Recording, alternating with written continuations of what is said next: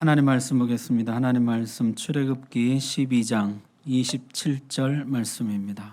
출애굽기 12장 27절 한 목소리로 봉독하겠습니다. 시작.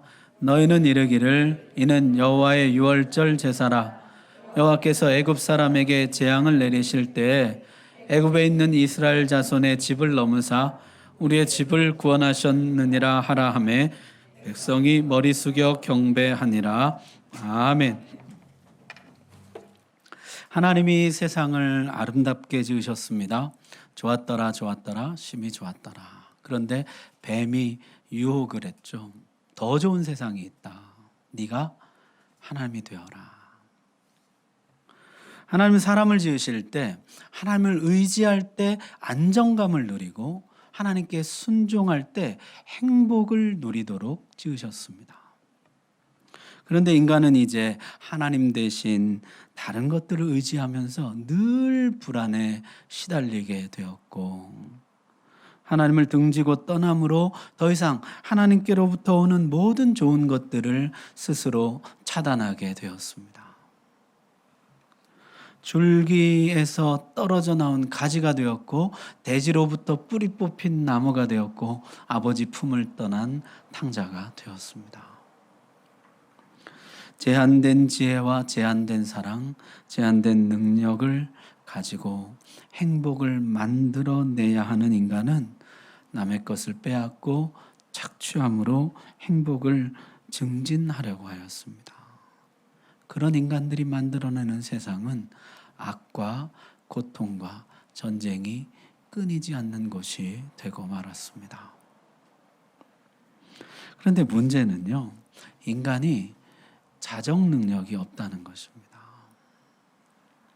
교육으로도 예술로도 의학의 발달로도 이 고장난 인간의 심성을 고치지를 못하는 것이에요.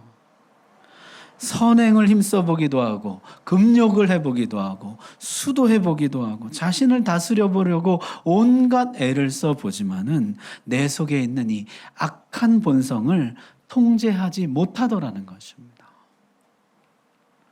과연 인간은 구원받을 수 있는가? 이 욕심으로부터, 욕망으로부터, 악과 고통으로부터 구원받을 수가 있는가?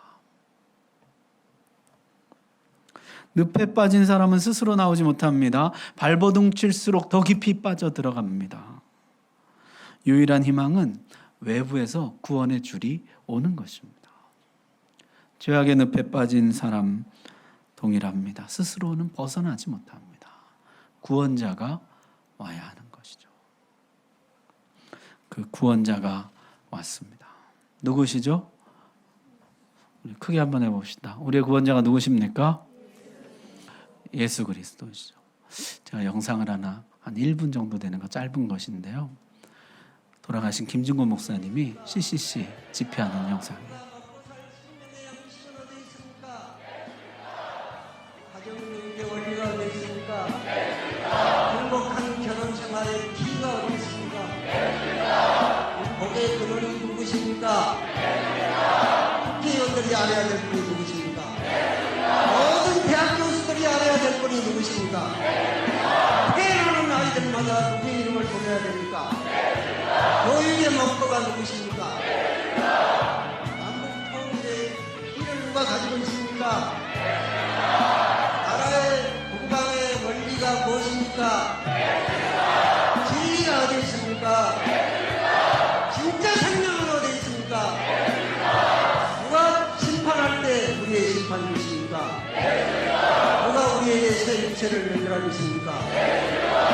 한 사람 한 사람이 그 생명의 불씨가 돼야 되겠는데 누가 알까요? 누가?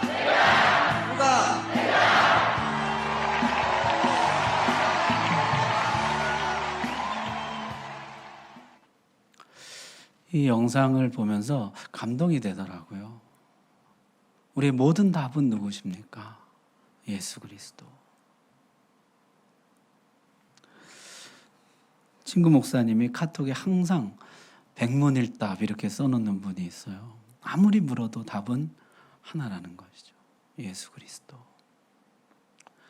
여러분 예수 그리스도만 우리의 구원자요, 우리의 답인 줄로 믿습니다. 예수님이 오셔서 인간을 악과 고통으로부터 구원해 주셨습니다. 성경은 이 구원을요, 몇 가지 그림으로 설명해 줍니다. 첫 번째 그림은 대속이에요, 대속. 자, 죄 지은 사람이 죄 없는 짐승을 이끌고 성전에 옵니다. 그러면 이제 제사장이 양손을 죄인과 짐승의 머리에 얹고 죄를 전가합니다.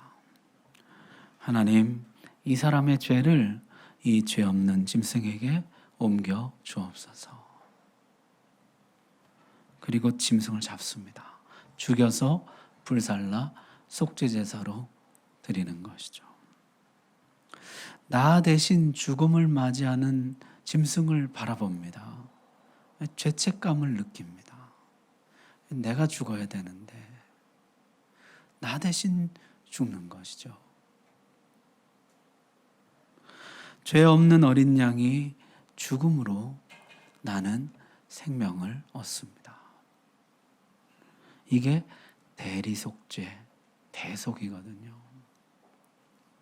또한 매년 1년에 하루 대속죄일에는요, 대제사장이 속죄제사를 드립니다. 흠없는 어린 양을 잡아서 그 피를 가지고 지성소에 들어가서 보좌 앞에 뿌립니다. 이 백성의 모든 죄를 사하여 주옵소서. 피 뿌림으로 1년 동안의 죄를 용서받게 됩니다. 그것을 매년 반복하는 것이죠. 자, 여러분 보십시오. 범죄할 때마다 속죄 제사를 드립니다. 매년 1년에 한 번씩 대속의 제사를 드립니다. 하나님이 가르쳐 주고 싶은 것이 있죠. 너희는 대속을 통해서 구원받는다는 것이에요. 너희는 어린 양이 대신 죽음으로 용서를 받고 구원을 받는다는 것입니다. 예수님이요, 내가 온 목적은 이것이다, 이렇게 스스로 천명하신 말씀이 있어요. 마태복음 20장 28절 말씀입니다. 인자가 온 것은 섬김을 받으려 함이 아니라 도리어 섬기려 하고 자기 목숨을 많은 사람의 대속물로 주려 함이니라. 내가 온 것은 대속제물이 되기 위해서 왔다. 그렇게 말씀하셨어요. 나는 너희의 모든 죄를 다 짊어지고 너희 대신 죽어서 너희에게 생명을 주기 위해서 왔다. 여러분, 예수님이 어떻게 인간을 악과 고통으로부터 구원해 주셨습니까? 우리의 죄를 해결해 주심으로 우리를 구원해 주셨다는 것이요. 두 번째는 화해입니다. 원래 하나님과 사람이 사이가 좋았어요. 그런데 어쩌다 이렇게 되었느냐? 인간이 약속을 깨뜨렸습니다. 하나님과 인간이 약속을 맺었죠. 내 말을 듣고 지키면 너희는 내 백성이 되고 나는 너희 하나님이 되리라. 약속했습니다. 예, 하나님, 우리가 하나님 말씀 지키겠습니다. 그래, 그럼 내가 너의 하나님이 되어주마. 그런데 인간이 약속을 깨뜨렸습니다. 하나님께 거역하고 불순종하고 등을 돌렸습니다. 그런데 인간이 악한 것이요, 약속은 자기가 깨놓고 오히려 하나님을 원망하고 비난하고 공격하더라는 것이에요. 이제는 완전히 하나님과 등지고 살아가는 원수가 되었습니다. 자, 화해하려면 약속을 어긴 쪽에서 화해 제물을 드려야 하는데요, 화해할 마음도 드릴 만한 화해의 제물도 인간 쪽에 없었다는 것입니다. 어떤 제물을 드리면 하나님이 만족하실까요? 마다들을 바칠까? 천천의 수양과 만만의 강수 같은 기름을 드릴까? 사람아, 하나님이 원하시는 것은 공의를 행하며 인자를 사랑하며 겸손히 내 하나님과 동행하는 것이라. 그런데 그런 사람이 아무도 없는 것이에요. 의인은 없나니 하나도 없습니다. 하나님께 화목제물로 드릴 만한 사람이 없는 것이에요.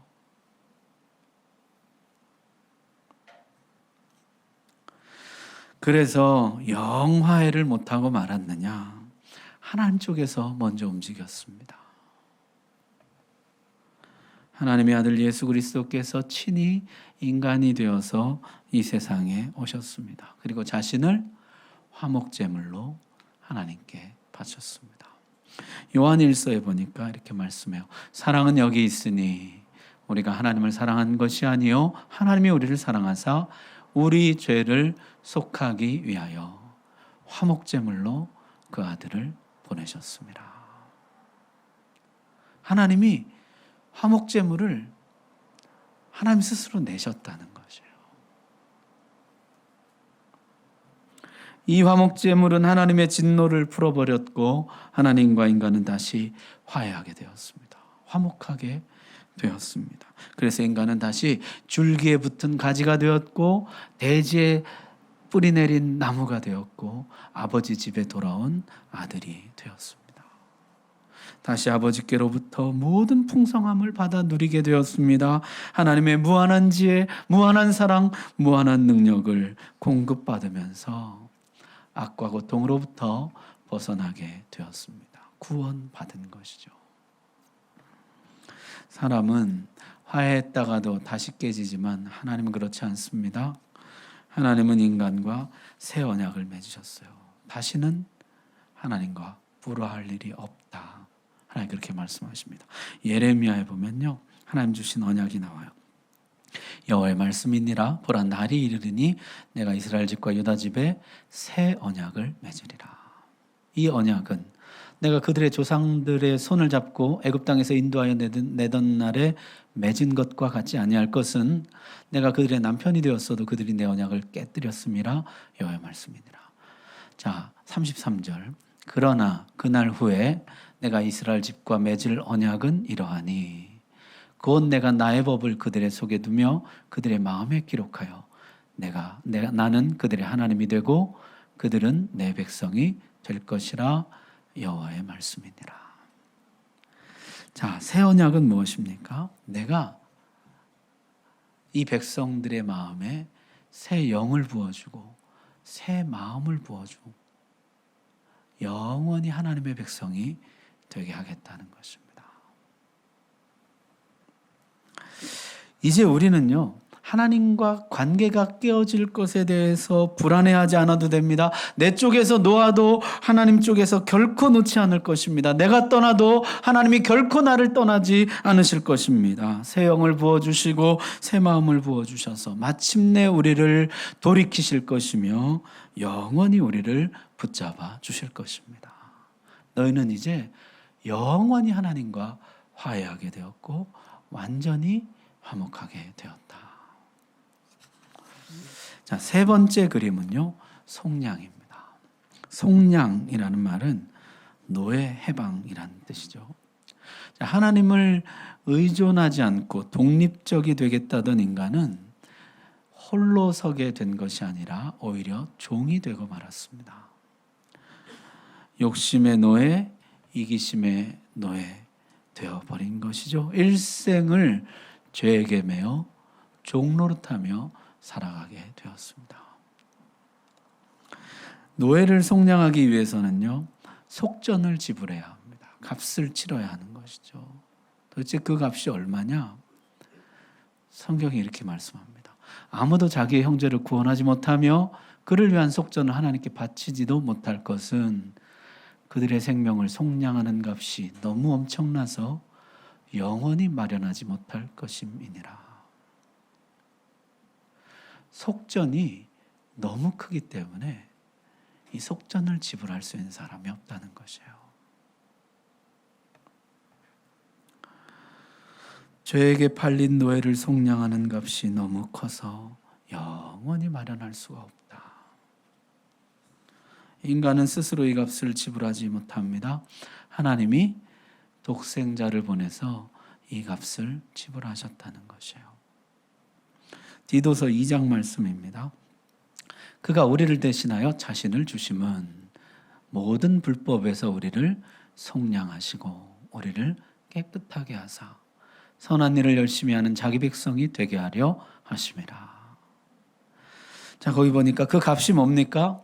예수님 자신이었다는 것이죠. 예수님 자신을 주시고 우리를 모든 불법으로부터 속량하셨어요. 모든 죄에서, 모든 묶음에서 풀어주셨습니다. 자신을 속전으로 내시고 우리를 사셨습니다. 우리는 이제 피로 값주고 사신 하나님의 백성이요 주님의 교회가 된 것이죠. 구약시대 보면은 고엘이라는 제도가 있습니다. 자, 형제가 노예로 팔렸어요. 살다가 보니까 어찌어찌 해서 집도 팔고 땅도 팔고 가진 거 다 팔고 하다 나중에는 자기를 팔아서 종이 되었습니다.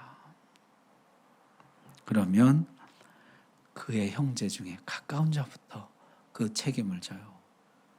내가 고엘이 되어서 그를 속전을 지불하고 사오는 것입니다. 좀 여유가 있다 그러면 그의 땅, 그의 집, 그의 모든 것을 되찾아오는 것이에요. 구약 성경에 모든 것을 다 잃어버린 나오미가 나오죠. 보아스가 그의 고엘이 되어줍니다. 나오미의 삶을 다시 풍성함으로 채워주는 것이죠. 예수 그리스도가 너의 고엘이 되어주신다. 우리의 고엘이 되신 예수 그리스도. 속전을 내고 너를 사서 자유케 할 뿐만 아니라 너의 모든 것을 다 되찾아 주신다는 것입니다. 그리스도께서 고엘이 되셔서 모든 것을 잃어버린 너를 다시 회복해 주신다.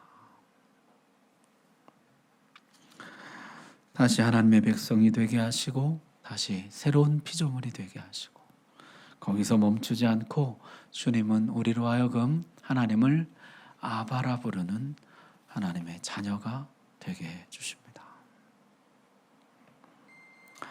우리에게 말씀하십니다.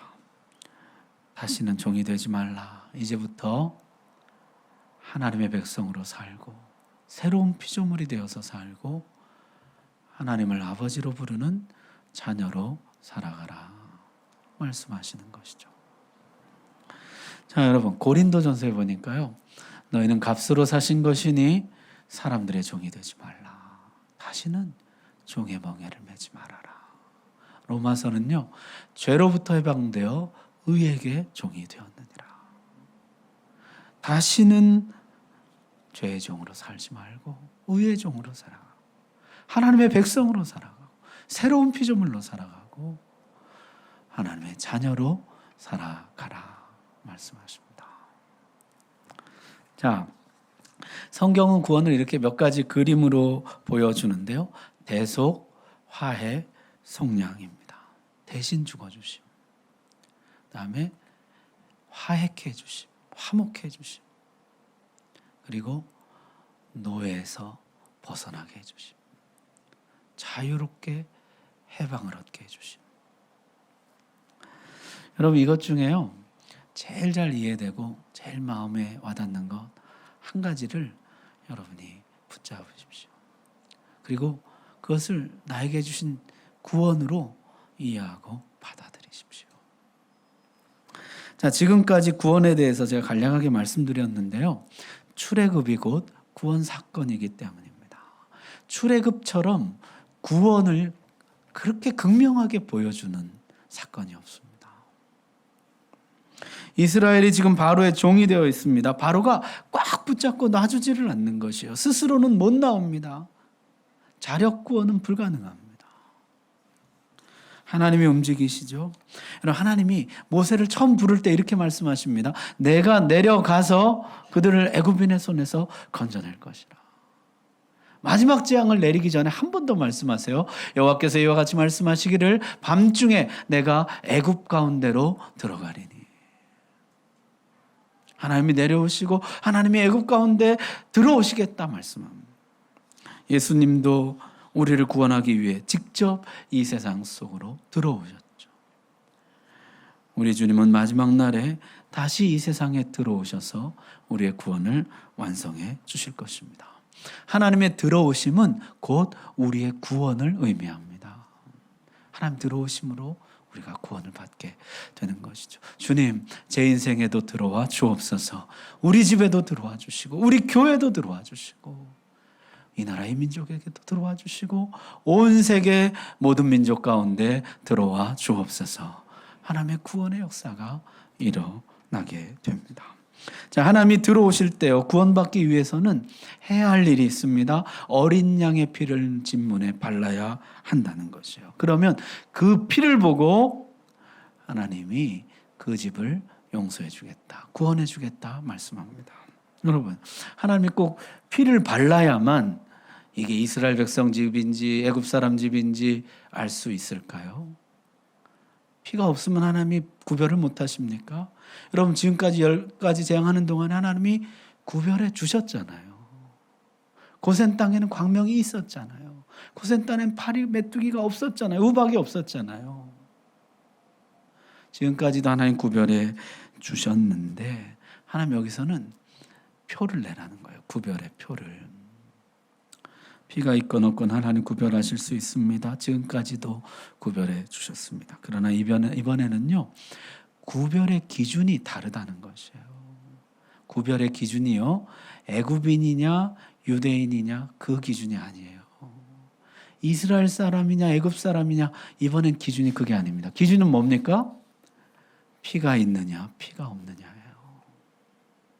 이번에는요, 구별하는 기준이 어린 양의 피가 있느냐 피가 없느냐, 그게 구원의 기준이에요. 실제 출애굽할 때 보면요, 이스라엘 사람들만 출애굽한 것이 아닙니다. 다른 많은 족속들이 함께 출애굽합니다. 여러분 12장 37절 38절 말씀 한번 보십시오. 이스라엘 자손이 람셋을 떠나서 숫곳에 이르니 유아외에 보행하는 장정이 60만 가량이요 수많은 잡족과 양과 소와 심이 많은 가축이 그들과 함께 하였으며, 거기 보면 출애굽할 때 수많은 다른 민족들이 있었다는 것입니다. 애굽 땅에 살고 있는 많은 다른 민족들 가운데 10가지 재앙을 보면서요, 야, 애굽 신들은 다 가짜야, 이스라엘 하나님이 진짜야. 그리고 이 마지막 재앙의 말씀, 경고의 말씀을 듣고 어린 양의 피를 바르고 구원받아 함께 출애굽한 많은 사람들이 있었다는 것이에요. 기준은 오직 한 가지뿐입니다. 피가 있느냐 없느냐. 이런 얘기가 있어요. 두 사람이 있었는데요, 한 사람은 그날 밤에 어린 양의 피는 바르긴 발랐지만요, 두려워서 한잠도 못 잡니다. 혹시 내가 죽으면 어떡하나, 혹시 우리 집에 심판이 찾아오면 어떡하나, 밤새 불안에 떨었어요. 반면에 또 한 사람은요, 하나님 말씀 믿고 어린 양의 피를 바르고 평안히 잠자리에 들었습니다. 여러분, 두 사람 중에 누가 구원을 받고 출애굽을 하게 됐을까요? 누가 하게 됐을까요? 우리 성도님들 믿음이 이렇게 좋으세요. 둘 다 하게 됐다. 기준은 오직 하나예요. 두려워했느냐, 불안했느냐, 의심했느냐, 확신했느냐, 그런 게 아니고 오직 한 가지. 뭡니까? 피가 있느냐 없느냐. 어린 양의 피가 있느냐 없느냐. 노아 홍수 때도 기준은 오직 한 가지였습니다. 방주 안에 있느냐, 방주 밖에 있느냐. 주님이 이 세상에 오셨을 때도 기준은 한 가지였습니다. 영접하는 자, 곧 그 이름을 믿는 자들에게는 하나님의 자녀가 되는 권세를 주셨으니. 한 가지예요. 영접하느냐 영접하지 않느냐요. 마지막 심판 때도 동일합니다. 기준은 하나예요. 예수 그리스도 안에 있느냐 밖에 있느냐, 피가 있느냐 없느냐예요. 여러분, 우리가 예수 그리스도 안에 보혈 안에 있는 줄로 믿습니다. 우리 다시 한번 마음으로 믿고 입으로 고백합시다. 여러분, 저를 따라서 한번 하시겠습니까? 나는 예수 그리스도를 믿습니다. 어린 양의 보혈로 나를 덮어 주옵소서. 아멘. 오늘 이 고백을 하신 분들마다 약속대로 하나님의 자녀가 되신 줄 믿습니다. 자, 그런데요, 아까 어린 양의 피 바르라 그러셨는데 어린 양의 피가 뭐라고 그 피가 기준이 될까요? 이게 아까 제가 처음에 설명한 구원의 세 가지 그림이에요. 첫 번째는 대속이에요. 내 죄를 어린 양에게 전가시키는 것입니다. 어린 양의 죽음을 나의 죽음으로 여기신다. 대리 죽음, 대신 속죄예요. 어린 양이 대신 죽음으로 내가 생명을 얻는 것입니다. 두 번째는 화해죠. 하나님을 잊어버리고 하나님과 무관하게 살아가는 사람들, 우상 숭배를 하고 죄악을 일삼으며 하나님과 원수로 살아가는 사람들, 하나님께 드릴 화목의 제물이 없어요. 화해의 제물이 없습니다. 어린 양이 화목 제물이 되는 것입니다. 하나님과 다시 화해하고 화목하게 하는 거예요. 세 번째는 속량이죠. 어린 양을 속전으로 지불하는 것입니다. 속전이 지불되고 노예들은 풀려나게 됩니다. 바로의 종노릇 하는 데서 애굽에서 벗어나게 됩니다. 더 이상 이제 종이 아니요 하나님의 백성이요 새로운 피조물이요 하나님의 자녀입니다. 자, 이 백성이 출애굽할 때 구름 기둥 불 기둥이 나타나게 되죠. 여호와께서 그들 앞에서 가시며 낮에는 구름 기둥으로 그들의 길을 인도하시고 밤에는 불 기둥을 그들에게 비추사 낮이나 밤이나 진행하게 하시니 낮에는 구름 기둥 밤에는 불 기둥이 백성 앞에서 떠나지 아니하니라. 하나님이 이 백성의 인도자, 보호자가 되신다는 것입니다.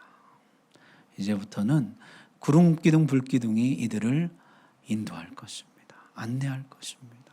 보호할 것입니다. 언제 어디서 얼만큼 머물러야 할지 어디로 가야 할지 구름기둥 불기둥이 인도할 것이에요.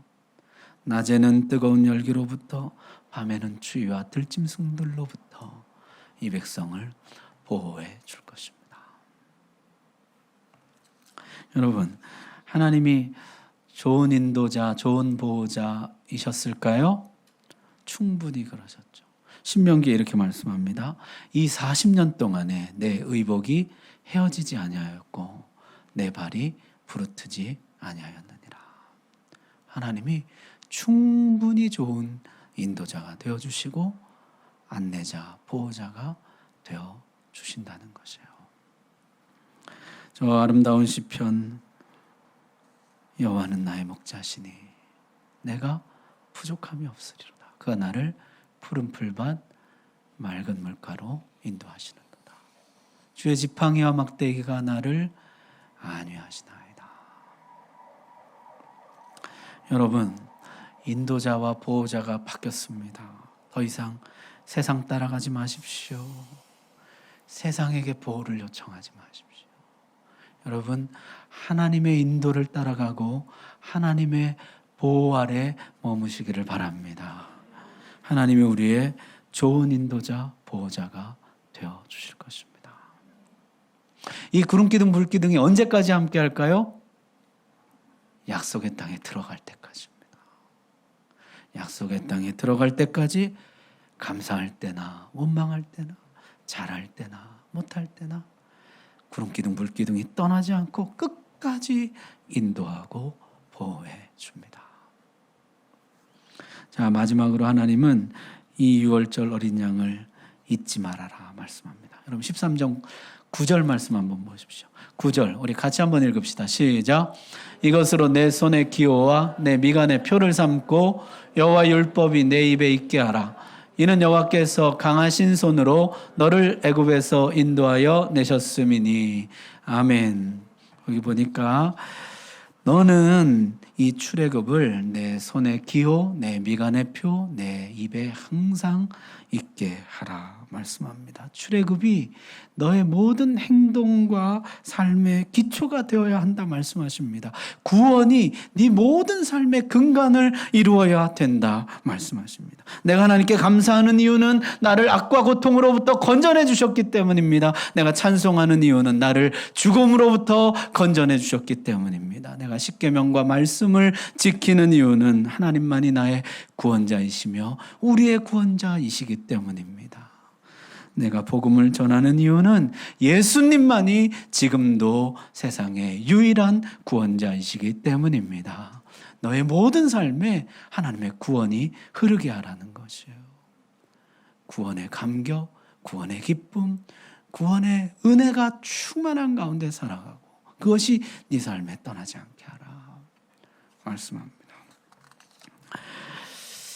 다윗이 범죄했을 때 보니까요, 뭘 잃어버리게 됩니까? 구원의 즐거움을 잃어버립니다. 여러분, 구원의 즐거움을 잃어버린 삶이란 어떤 것일까요?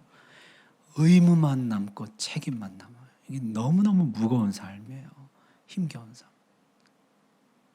다윗이 고통 가운데 부르짖죠. 하나님, 구원의 즐거움 회복해 주십시오. 구원의 즐거움이 없는 삶이란 얼마나 고된 삶인지요. 하나님 나를 구원하신 것에 감격하고 감사하고 즐거워하고 그 구원이 내 삶 가운데 흘러 넘칠 때 내 삶의 기쁨과 찬송이 끊이지 않는 것이에요. 그런데 그 구원을 잃어버리면, 구원의 즐거움을 잃어버리면 이제 고된 것입니다. 다 의무예요. 다 무거운 짐이에요. 하나님, 구원의 즐거움 회복해 주옵소서. 너의 모든 삶에 구원이 흐르게 하라. 너의 미간에, 이마에, 입에, 네 모든 삶에 구원이 흐르게 하라. 오늘 말씀 여러분의 말씀으로 받으시기 바랍니다. 기도하겠습니다.